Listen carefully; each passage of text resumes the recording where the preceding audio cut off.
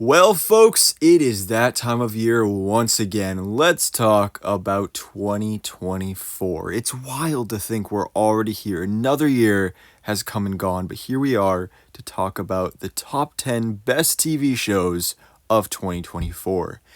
And this I feel like was a bit of a weird year because when I was going through trying to make my list of my top 10, I almost felt like there wasn't a whole lot to pick from. That could be maybe I just didn't watch a whole lot that I thought was great, or I don't know.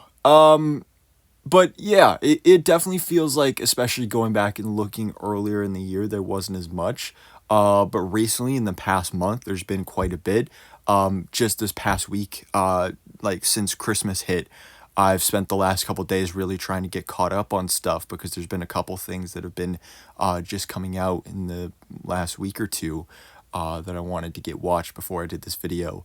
And one thing I do want to point out just real quick before we jump into this, let's keep in mind, people, I'm only human, and with that, a human in college, with like three other jobs other than YouTube. So let's keep in mind, I'm a busy guy. It's not like I was able to watch every single TV show out there. Like Shogun, for example. Most people are saying that was the best TV show of the year. I never had the chance to check it out. It's on my list, so I want to watch it at some point, but I just wasn't able to get to it this year. Another one is Fallout. I actually started watching it. I just didn't have a chance to get all the way through it. That's another one I'm going to hopefully soon be able to catch up on. But yeah, obviously, I want you to let me know in the comments below your own rankings, your own top 10 series of 2024. And without further ado, let's jump into this with real quick, just one small honorable mention with Cobra Kai Season 6, the final season of the show. This was actually, as of a couple minutes ago, in my top 10, but then I completely forgot about another show that actually finished this year that I was like, oh, that has to be in here. And so this is more of an honorable mention, mainly just because it's not over yet, because Netflix is releasing it in three parts. We got part one in, I think, July or August.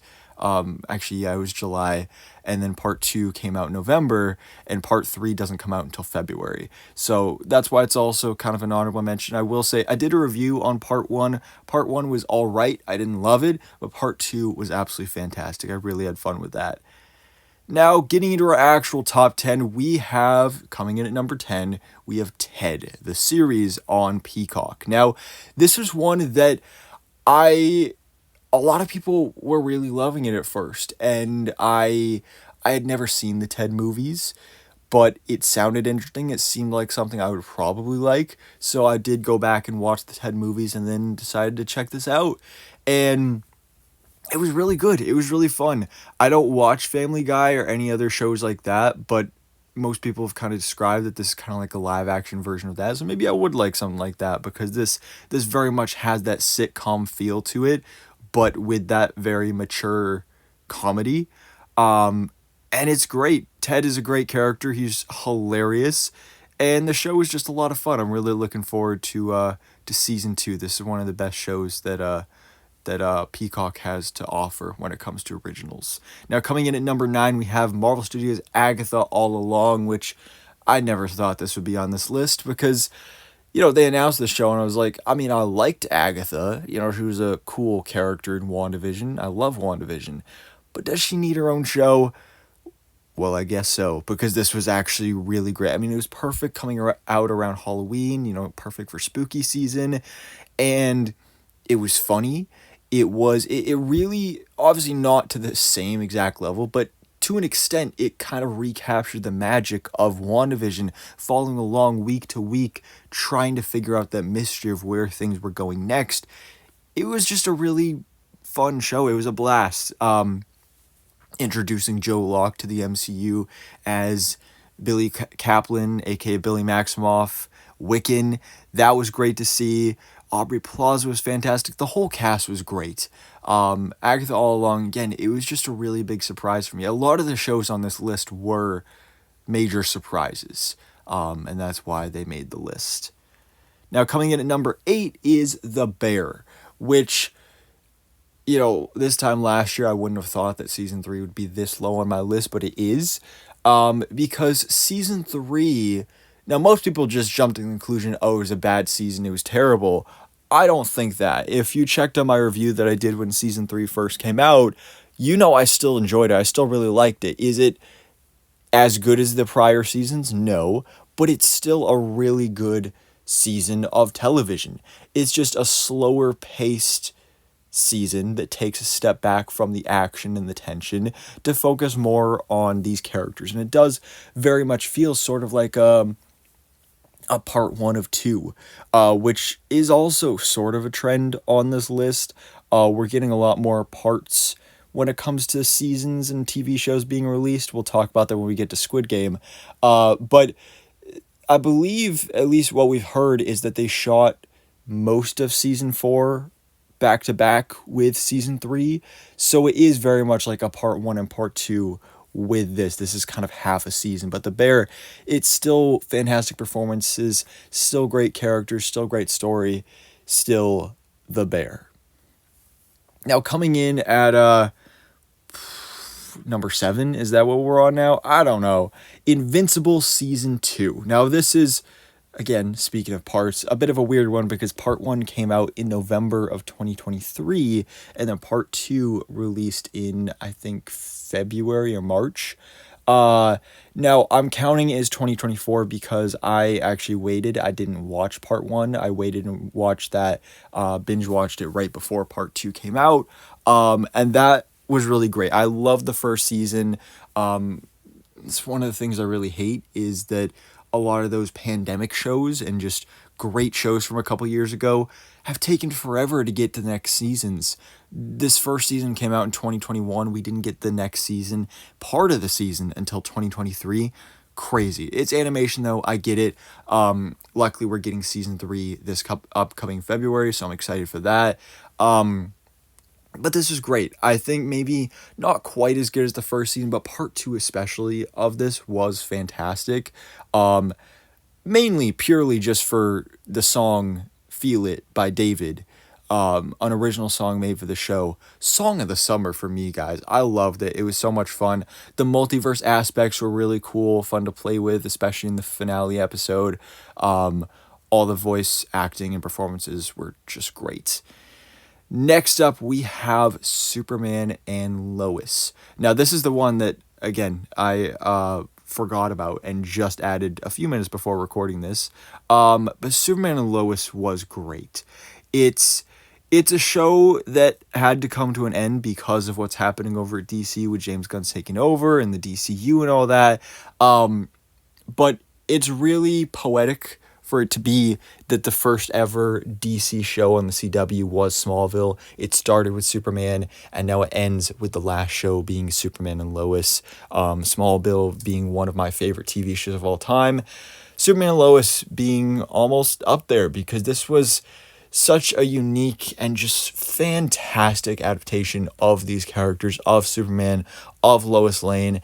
And it's a show that rose above the quality of the CW. It's something that I would watch and be like, this is a CW show. Season 1 was fantastic. Season 2 was a bit of a dip in quality. Season 3 was fantastic, but season 4 honestly might have been the best. It was certainly the most emotional, especially getting towards the end. We were dealing with the death of Superman, and then in the end, we're dealing with the end of this show, which I won't go into spoilers, but it was emotional, to say the least. It was really, really great. It made me feel so many things. Superman is one of my favorite superheroes. It gets me excited to see James Gunn's Superman movie next year. But this was a great conclusion to this show, to this series, and to these adaptations of these characters. Now we have The Penguin on HBO. Another one that, I knew it was going to be good because it's Matt Reeves and part of the Batman universe and freaking Colin Farrell, who was just completely unrecognizable. But this was really, really great. I did some videos about it, obviously on my other channel, The DC Life, talking about this show. this was one that was really fun to just follow along. It was a great 1-2 punch with this and Agatha getting a new episode of Agatha every Wednesday night, a new episode of The Penguin every Sunday night, I believe. It was just really great, man. That HBO Sunday 9 o'clock appointment television, love it, so good. I love how this doesn't follow the recent trend in Hollywood of turning villains into anti-heroes. By the end, this dude is a villain and you hate him. But he's also just such a great character. So well done, so well performed, so well written. And I'm really excited to see this character return in the Batman Part 2. Now here we come with potentially maybe the only show on this list that is a season 1, I think, with FX's English Teacher. Now I did a review for this when it first came out in September, maybe. This show I just fell in love with so automatically. I remember, obviously, I'm subscribed to Hulu and FX on YouTube, and so when I was going through my subscriptions, it just popped up as a trailer one day, and English Teacher, it just sounded like an interesting concept. I love coming-of-age stories, but this is not at all what I thought it was going to be, especially after watching the trailer, but it ended up being so much more.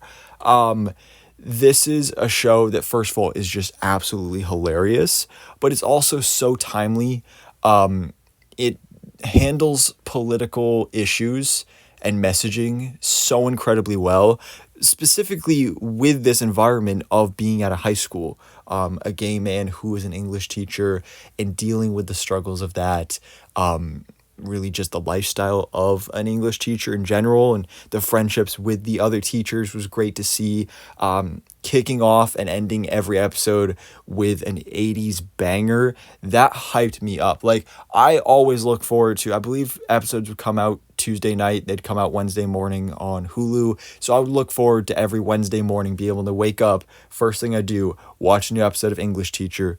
It was fantastic. I don't know if it's been officially renewed for season 2, but I really, really hope it has, or at least that it will be. Obviously, you can check out my review if you haven't already. It's fantastic. I really cannot recommend it enough.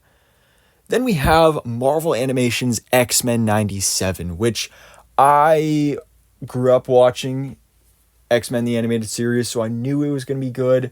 But this was just so much more. This is even better than X-Men the animated series because just the storytelling here, the characters, the pure comic bookiness, and just pure X-Men feel of this show. The soap opera of Marvel Comics brought to life in animation was fantastic. The animation style was beautiful to see. So many moments in this show. This made me love Gambit, who I used to not care about at all as a character. 2024 really was the year of Gambit. Cyclops here was fantastic. Rogue was fantastic. Nightcrawler, Storm, everyone here was great. And the cameos we got from various different Marvel characters.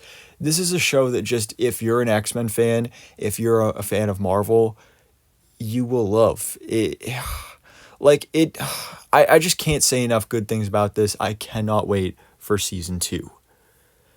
Then we have, I believe this is at number 2 now, so we're in the top 3. Number 2 is Squid Game season 2. I literally just finished watching tonight. This is one I was very concerned about because the first season of Squid Game was so incredibly good. One of the best seasons of television I've ever seen.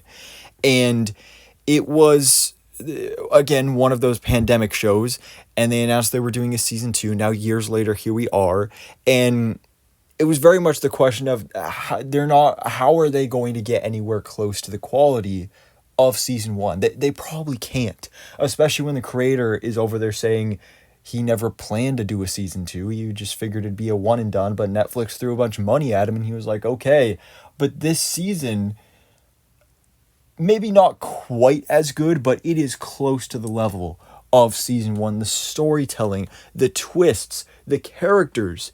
Now, the only downside to this season, and you really don't feel this until the end, is just the fact that it is basically a part 1 of 2. It is a full season 2, but they don't complete the storyline here. We know we're getting a season 3. It's going to be the final season. Luckily, we don't have to wait too long. It's said to be coming out either summer or fall of 2025. So, half a year-ish when we'll get the rest of the story.